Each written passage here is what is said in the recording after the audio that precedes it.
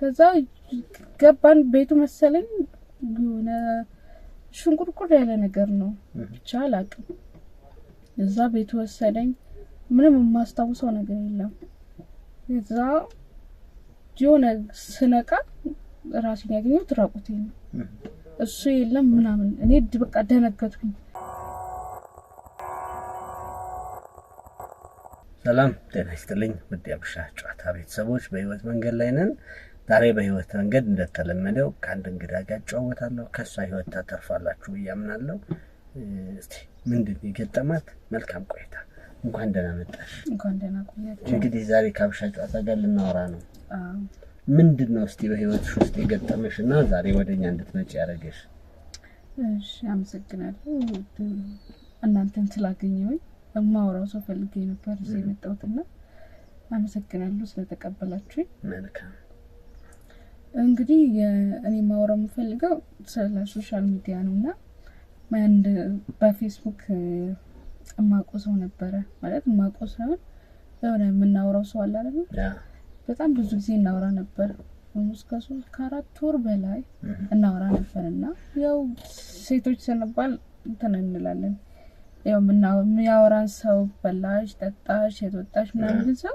በጣም የሚንከባከበን ሰው በጣም ነው የምንወደውና እኔም ያንን አይቼ በቃ ደስ ብሎኝ ማለት መታሰበው ወደፊት ህይወት አለ አይደል ከዚህ ሰው ጋር በሆን በቀጥል ምናምን ደስ እኔም እንደዛ ነበር ያሰብኩት መጀመሪያ ላይ ለካ ገቀረመኝ አውቆ ነበር ማለት ለምን እንደፈለገው እንደዛ እንዲሆን እኔም አልገባኝም እዛ ሁሌም ደውልልኛል ምንድነው የትወጣሽ ነው የትገባሽ ነው ዛሬ ውሎ እንዴት ነበር የሱንም ይነግረኛል ምናምን ከዛ የሆነ ጊዜ እንገናኝ ምናምን አለኝ ከዛ እሺ ብለን ልንገናኝ ወሰንን ማለት ነው እዛ ልንገናኝ ወሰንን ተገናኘን ምናምን አንድ መጀመሪያ ቀን ተገናኘን በቃ ሳይው ደስ አለኝ ያው ሁሌም በፎቶ ምናምንና በስልክ ነው የምናወራውና በአካል ተገናኝተን አናውቅም ነበር ዛሬም ደስ አለኝ አገኘሁት እዛ ብዙ አወራን ምናምን ተጫወትን ከዛ እኔም ደስ አለኝ እዛ በኋላ ደግሞ አሁንም ያወሬ እንደቀጠለ ነበር ማለት ሁሌም እንገናኛለን ሁሌም እናወራለን ሁሌም በቃ ፍቅረኛሞች እንደሚያደርጉት አለ አይደል እኔም ደውልለታለሁ ምናምን እንደዛ ያለ በጣም ብዙ ጊዜ ቆየ ከ2 ወር ላይ ያወራን ማለት ነው ማለት ወደ ፍቅርም ሳንቀይረው እንደ ጓደኛም ሆነን እያወራን ምናምን መጫወት ጀመርን እዛ የሆነ ሰዓት አንድ ቀን እንደዚህ እንገናኝ ምናምን አለኝ ሳሽ ቢኒም ተገናኘሁት እዛ ምን እንዳስነካኝ አላውቅም እዛ ከተገናኘን በኋላ ማስታውሰው ነገር የለም በቃ የሆነ እንዴት ፍዝዝ የምትለው ነገር አለ አይደል እንደዛ የሆነ ነገር ሲለኝ እሺ እንደምለው ብቻ ነው ተዘምይለኝ ምንም ነገር ሲል እሺ እዚህ እንሂድ እሺ እና ምን እንዳስነካኝ ራሱ ነው ማውቀ ፈልካለሁ እዛን ቀን እዛ ወደ ቤቱ መሰለኝ ብቻ እኔ አላስታውሰውም አሁን ራሱ እዚህ ነው ቢለኝ ራሱ አላውቀውም ያንን ቦታ ወዴት እንደሄድን ራሱ ጭራሽ ማውቀው ታሪክ የለም ከዛ ገባን ቤቱ መሰለኝ የሆነ ሽንቁርቁር ያለ ነገር ነው ብቻ አላውቅም እዛ ቤቱ ወሰደኝ ምንም የማስታውሰው ነገር የለም እዛ ጆነ ስነቃ ራሴን ያገኘሁት ራቁቴን ነው እሱ የለም ምናምን እኔ በቃ ደነገጥኩኝ ምን አድርጎኝ ነው ምናምን ብዬ ከዛ ደፈረኝ ማለት አላስታውስም ምን እንደተፈጠረ ምን እንዳደረገኝም አላውቅም ስነሳ በደም ተጨማልቄ ነው ራሴን ያገኘሁት እና በጣም ነው የደነገጥኩት ምክንያቱም እኔ እንደዛ አላሰብኩም ነበር ማለት ወደፊት ተስፋ ያለክ ሰው ጋር ምናምን በቃ እኔ ሆነም ማሰብ ነበር በቃ ምን ነግራበው በተክሊልና ምን ነበር የመሰለኝ እንጂ እንደዚህ ያደርገኛል እንደዚህ ሆናል ነው ወጥቼ ቀራለሁ ጭራሽ አስቤም አላውቅም ነበር ከዛ ስነሳ ራሴን ያገኘሁት በቃ እንደዛ ሆኜ እና በጣም ነው የደነገጥኩት የዛን ሰዓት ወዴት እንደሚሄድ ራሱ አላውቅም ነበር በቃ ልብሴን ለብሼ ስወጣ ጨልሟል ወዴት እንደሚሄድም አላውቅም። እዛ ሰፈሩን ስለማላውቀው ዝም ብዬ በግምት ነው የወጣሁት አስፋልት እስከማገኝ ድረስ። እዛ ወጣሁኝ። ከዛ ወደ ቤቴ ነው ቀጥታ የሄድኩት። የደረሽ በቃ ስወጣ የሆነ የምታውቂው ሰፈር ነው? አላውቀውም። ታክሲ ተራሰቅ ነው። ወዴት ነኝ ሲለኝ እዚህ ሰፈር ነኝ ስለው ነይ በዚህ ታክሲ ግቢ እዛ ድረስ ትደርሻለሽ ምናምን አለኝ። ከዛ በኋላ ገባሁኝ። ከዛ ሰፈሬ ስደርስ በቃ የሆነ ወደ ራሴ ስመለስ ሰፈሬ ነኝ። በቃ ምንም የማውቀው ነገር የለም ነበር። እዛ ሰፈሬ ደረስኩኝ። ከዛ ቤተሰቦቼ ሰፈሩን ሩዋንዳ አድርገውታል። አምሽቼ አላውቅም። ሰዓቱ ደግሞ መሽቷል። የተገናኘነው ወደ 6 ሰዓት አካባቢ ነበር። ከዛ ስልኬም ጠፍቷል። ምንም የለም። ቦርሳዬን አልያዝኩኝ። ምንም ነገር ባዶ እጄን ነው የወጣሁት። ምክንያቱም በቃ ራሴን ለማትረፍ ብዬ ነው ልብሴን ለብሼ ምናምን የወጣሁት እና ስልኬም ትዝ አላለኝም፣ ምንም ትዝ አላለኝም። እና ቤት ስገባ በቃ እናቴም አባቴም በጣም ነው የተቆጡት። ምክንያቱም የደረስኩት 4 ሰዓት ነበር። 4 ሰዓት ደረስኩኝ ቤቴ። እዛ ቤተሰቦቼን ምን ብዬ ልንገራቸው? እንደዚህ ተፈጥሮ ነበር እንደዚህ ብላቸው የባስ ችግር ውስጥ ነው መከታቸው ብዬ አይ ምንም ጓደኛዬ ቤት ነበርኩኝ ይላል። ስልክሽ ስትለኝ ስልኬ ጠፋብኝ ማነተፉኝ ነው ያልኳት። ምክንያቱም እንደዛ ከሰው ጋር ነው ምናምን እናቴ ብዙ ነገር አይናት እና እንደዛ ብላ በቃ ታብድብኛለች፣ ሌሊም ትጮህብኛለች ብዬ ስላሰብኩኝ አልነገርኳትም ነበረ። እና ስለ ልጁ ምንም ነገር ለማንም የነገርኩት ነገር የለም። ማዘሬም እሱን ላገኝ ስወጣ የት ነሽ ስትለኝ ጓደኞቼ ጋር ላጠና ጓደኞቼ ጋር እንደዚህ ነበር እምላት። ምክንያቱም ሰው ማለት ሌላ ሰው ላገኝ ብላት ወንድ ላገኝ ብላት በጣም ነው የምትናደደው። ምክንያቱም እኔም በክብር በተክሊል ነበር እኔ ማግባት ቤት ውስጥ እንደዛ ነው። እሷም በተክሊል ነበር አባቴን ያገባችውና እኔንም እንደዛ እንደሆነ ነበር የምትፈልገው። እና ታገቢያለሽ እንደዚህ ነው የምታገቢው ብላ የሆነ ቤተሰቦች የሚነግሩት ነገር አለ አይደል? እኔ ደግሞ በቃ በዛ ነበር ማደግ የምፈልግ የነበረው መኖር የምፈልግ ነበርና እንትን አለኝ። ያው በዛ ምክንያት እሱም ሳይሳካልኝ ቀረ። ያው ከዛ በኋላ ስልኬም ጠፍቷል። ምንም ማድረግ ስለማልችል በቃ አርፌ ተቀመጥኩት። ከዛ ቀን እየገፋ አልደወለም። ምክንያቱም ስልኬን አላወጣሁትም ነበርና ቀስ እያልኩኝ ለምን ነበር በፌስቡክ ነው የተገናኘው? በፌስቡክ ነበር። በፌስቡክ ላይ ከዛ በኋላ አንቺ አልሞከርሽም? አልሞከርኩትም። ምክንያቱም ስልክ አልነበረኝም ነበር በዛ ሰዓት። ከዛ በኋላ ያው ለጓደኞቼን ስልክ ተቀበልኩኝ እና የምትከፍተው ነገር የለም። በጓደኞቼ ስከፍተው ያወራነው ነገር የለም፣ ምንም ነገር የለም። ምንም ነገር ተደልቷል። ያወራነው ተደልቷል፣ እሱም የለም። እንደዛ ሲሆን በቃ ደነገጥኩኝ። ምክንያቱም አብሮኝ ቢሆን ምንም ቢሆን ችግር አልነበረውም ነበር። እሱም ጠፋ። ቀስ እያለ ምናምን በቃ እኔ ታያኛ ጨለማ የሄድኩበት መንገድ ምናምን ነበር። ለአንድ ወር ምናምን ነገር እንደዛ ነበር ትዝ የሚለኝ። ከዛ ቀስ እያለ ፔሪድ ይቀር አሁን የ2 ወር ከ2 ሳምንት ነው እርጉዝ ነኝ እና ላስወርደው ፈልጌ ነበር። ግን ምንም ማለት አሁን እዚህ ሀገር ማስወረድ ምናምን በጣም የተከለከለ ነው። ቤተሰቦቼ ደግሞ ቢሰሙ እንዳረገዝኩኝ እኔ ቤተሰቦቼ ይጎዳሉ። ማድረግ መፍትሄ ነው የምፈልገው። እንደው ምልሽ ያው የመጀመሪያውን ወር ራስሽ ላይ የምታያቸው ምልክቶች አሉ። በዛ ሰዓት ለእናትሽ ለመንገር አልፈለኩም። ምክንያቱም ውስጧ ይጎዳል። እናቴ አሁን እንደዚህ አድርጌ ነበር ብላት ትጎዳብኛለች። የሚመጣው ነገር አልበለጠም ታዲያ? እሱማ በለጠ። ግን እናቴ ተስፋዋን ነው ማጨልምባት። አሁን እንደዛ ባደርግ ብነግራት አሁን ቤተሰቦች ብነግራቸው ምን ያስባሉ? አዋረርሽን ሰፈር መሳቂያ ያደረግሽን ነው የሚሉት። ምክንያቱም እኔ እንደዛ ነገር አይጠብቁኝም። ልጁ ቢኖር ኖሮ አብሮኝ ቢሆን ኖሮ እንደዛ አላስብም ነበር። ምክንያቱም ወይ አብረን እናሳድገው ነበር ወይ ደግሞ ተጋብተን ልጅ ይወልድ ነበር ወይ አባት አለው ይሄ ሰውዬ አባት አለው ቢባል ጥሩ ነበር። ልጁ አባት አለው ቢባል ጥሩ ነበር። ግን እሱም ጠፋ። እኔም ህይወቴ ተበላሸ። ሆዴም እየገፋ ነው እና ምንድነው ማድረግ ያለብኝ? ልውለደው? ለእናቴ ልንገራት? ልጁ ይገኝ? እማውቀው ታሪክ የለም እና በዚህ መፍትሄ ነው የምፈልገው ለኔ። እንግዲህ ምንድነው ከእናትሽ የቀረበ ማንም የለም። እሱ ማለት ነው ከሷ ጋር ማውራቱ የተሻለ ነው። ምንድነው ቀጣዩ ነገር መሆን ያለበት? ምክንያቱም አሁን ቀን በቀን እየጨመረ በሄደ ቁጥር ህይወት የዘራ ነፍስ ነው እስካለ እየተሰራ ነው የሚሄደው። ከባድ ማለት በዳርቆ መፍረድ ቀላል ነው። እኔ አሁን እንዲያርጁ ማለት ይከብዳል። ግን የመጀመሪያው ነገር ያው እናት ሁሉም ነገር ናት።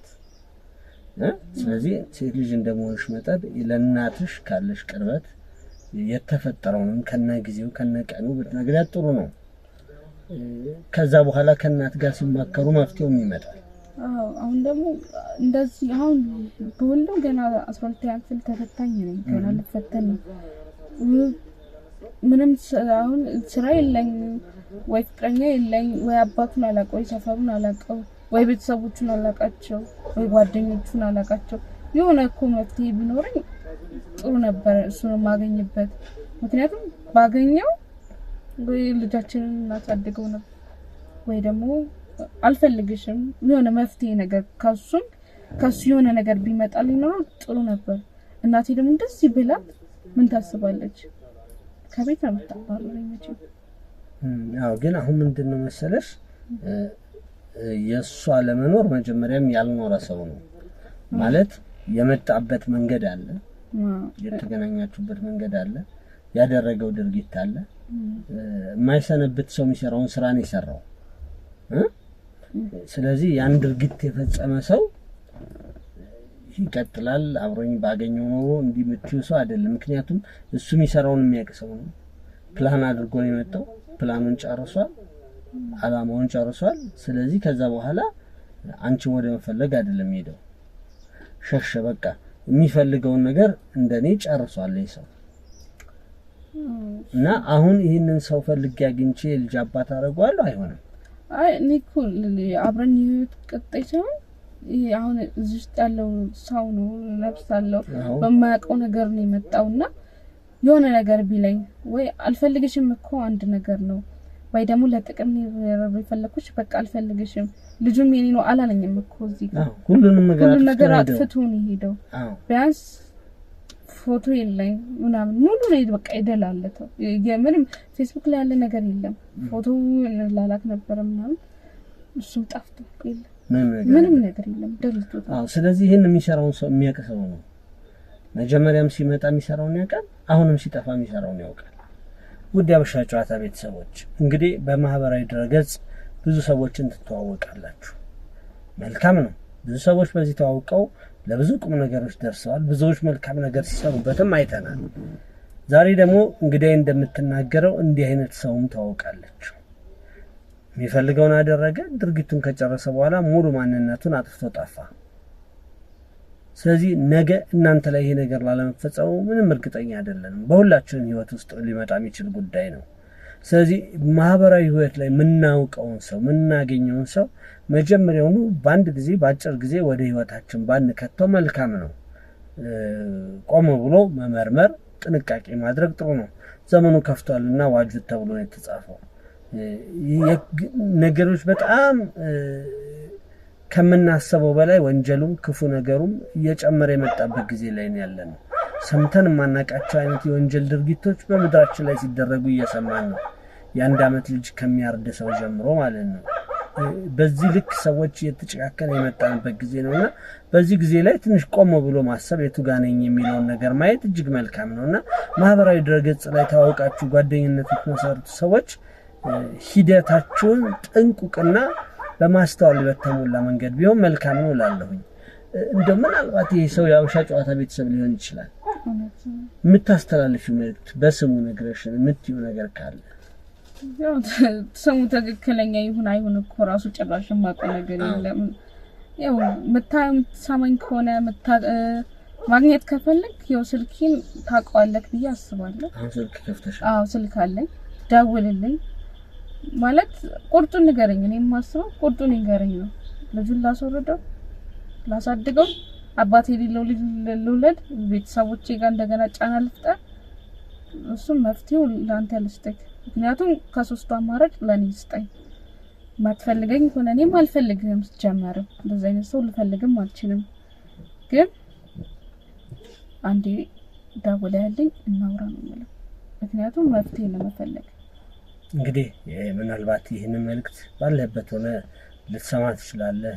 ድርጊቱን የተፈጸመውን ነገር ያው አንተና ልብህ ወይም አንተና አምላክህ ታውቁታላችሁና በግል አግኛት አውራት። ምናልባት የሀበሻ ጨዋታ ቤተሰብ ከሆንክና ይህንን ድርጊት የምትከታተል ወይም ፕሮግራማችን የምታውቅ ከሆነ ድርጊቱን ታውቀዋለህና እባክህን በመወያየት ወደሻለው ነገር ሂዱ። ይሄው ነው እንግዲህ ያለን መልእክት። አንቺ ግን አሁንም እኔ እንደምመክርሽ የመጀመሪያው ነገር ከእናት ይቀርበ የለም፣ ከሷ ጋር ተማከሩበት። እንዴት ነው ማለት እንዴት ነው? ምን እኮ አሁን ይኸውልሽ ምንድነው የማይደበቁ ነገሮች አሉ። እርግዝና አይደበቅም አይደል? እንዲህ ራሱ እንትን ይወራ አንዳንዴ ሽንኩርት ሸታኝ ምናምን ያስፈልሰኛልና ስታይ ምን እንደሽ ነው ስናይ ቀጓሬ ላይ አሙኝ ነው ምላት እና አላወቀችብኝም እስካሁን ድረስ። አዎ ግን ይሄ ነገር በዛ ልክ አይቀጥልም አይደል? ነገ ትልቅ ሆኖ ከሚሆን አሁን ይሻላል። በቃ ያው የማይቀርን ነገር መናገር የተሻለ ነው። ከሁሉም ከክፉ ነገሮች የመጀመሪያውን ትልቁን ክፉ ማሸነፍ ነው። ከዛ በኋላ ትንሾቹ ክፉዎች አይከብዱም። ስለዚህ የመጀመሪያው ከባድ ነገር ለእናትሽ ማሳወቅ ነው። የተፈጠረውንም እየሆነ ያለውን ነገር ይሄ ጊዜ የሚሰጠው ጉዳይ አይደለም። ተስፋ ስላደረገችብኝ በቃ አሁን ያ አልሆነም አይደለ? በቃ ሁለተኛው መስመር መመረጥ አለበት። ማንንም ወላጅ በልጁ ላይ ተስፋ አለው። ማንንም ወላጅ ነው እንደው ለምን አጭበርባሪ ሌባ ምንም ቢሆን ልጁ አንድ ቀን ልጅ ይቀየራል የሚል ተስፋ አለው ሁሉም ወላጅ። ያንቺ እናት ብቻ አይደለም በልጇ ላይ ተስፋ ያላት፣ ሁሉም ወላጅ በልጆቹ ላይ ተስፋ አለው። ሁሉም ወላጅ ገባሽ? ሁሉም ወላጅ በልጆቹ ላይ ተስፋ አለው። ስለዚህ እንዲትሆንብኛለሽ የማይደበቁ ነገሮችን ማውጣት ነው መፍትሄው። ከዛ በኋላ የተማከሩት ነገር መልካም ነው። ያላየነው አቅጣጫ እናት ናት፣ በህይወት ብዙ ልምድ አላት፣ በመኖር ውስጥ ብዙ የተማረችው ነገር አለ። ምንድነው የሚሻለው? ከኛ የተሻለ እሷ ታውቃለች፣ እናት ስለሆነች ገበና ሸፋይ ናት። ስለዚህ በርትተሽ ጠንክረሽ ለእናትሽ ንገሪያት። ምናልባት ደግሞ አይታወቅም ይሄ ሰው ምናልባት በዛ ሰዓትም የተፈጠረው ነገር እርግጠኛ አይደለንም እኮ ያው አብሮኝ ይዛኔ ጥሎኝ ባሄር ኖሮ የሆነ ነገር ሊፈጠር ይችላል። ምናልባት እሱ ሲዞሽ ለመሄዱ ምን ያህል እርግጠኛ ነሽ? እኔ ምንም ማስታውሰው ነገር የለም። እሱ ነው አንድ አቅጣጫ ብቻ ብልሽ ለዛ ነው እሱ ራሱ ይዞሽ ለመሄዱ እርግጠኛ አይደለሽም። ያው እኔ እርግጠኛ የሆንኩበት ምክንያት ይዞኝ እንደሄደ ያወራነው ነገር አይደልትም ነበር። ከኔ ጋር የሆነ ነገር መኖር ቢፈልግ ኑሮ ያን ነገር ያደርግም ነበር። ስልኩን አያጠፋም ማለት ስልካችን የተላልከው ነገር አያጠፋም ነበር እንትን ያለውን ሜሴጆቹን አያጠፋም ነበር። ዲዛይን ሰው ባይሆን ኑሮ ነበር የማስበው። እስቲ ይሁን በሱም በኩልና ግን በቃ እስቲ በቀናው መንገድ እናስብ። ምናልባት ይሄን ፕሮግራም አይቶም ሊመጣ ይችላል። እናትሽም ደግሞ የተሻለው መንገድ ልትመርጥና ልትጠቁመን ትችል ይሆናል። የሀበሻ ጨዋታ ቤተሰቦች እንግዲህ እቺ ልጅ ዛሬ የደረሰባትን ችግርና ያለችበትን ሁኔታ ነግራናለች። እናንተ ትማሩበት ዘንድ አቅርቤዋለሁ። በማህበራዊ ሚዲያ የሚመሰረቱ ጓደኝነቶችን ጥንቃቄ በተሞላበት መንገድ ይሁን ነው ምለው። እስቲ እናንተ ደግሞ ሐሳብ አስተያየታችሁን መልእክት ሳጥኑ ላይ አስቀምጡላት። ይህን ፕሮግራም ካያችሁ ከወደዳችሁት ላይክ አድርጉልን። ቤተሰብ ያልሆናችሁ ሰብስክራይብ ያደርጋችሁ ቤተሰብ ሁኑ። ለወዳጅ ዘመዳችሁ ደግሞ ያስተምራል ካላችሁ ሼር አድርጉልን። ይህን ፕሮግራም አዘጋጅተን ያቀረብንላችሁ እኔ ዘላለም ወዳጄ ነኝ። ከሀበሻ ጨዋታ ጋር ነበርኩ። መልካም የሥራ ሳምንት ይሁንላችሁ።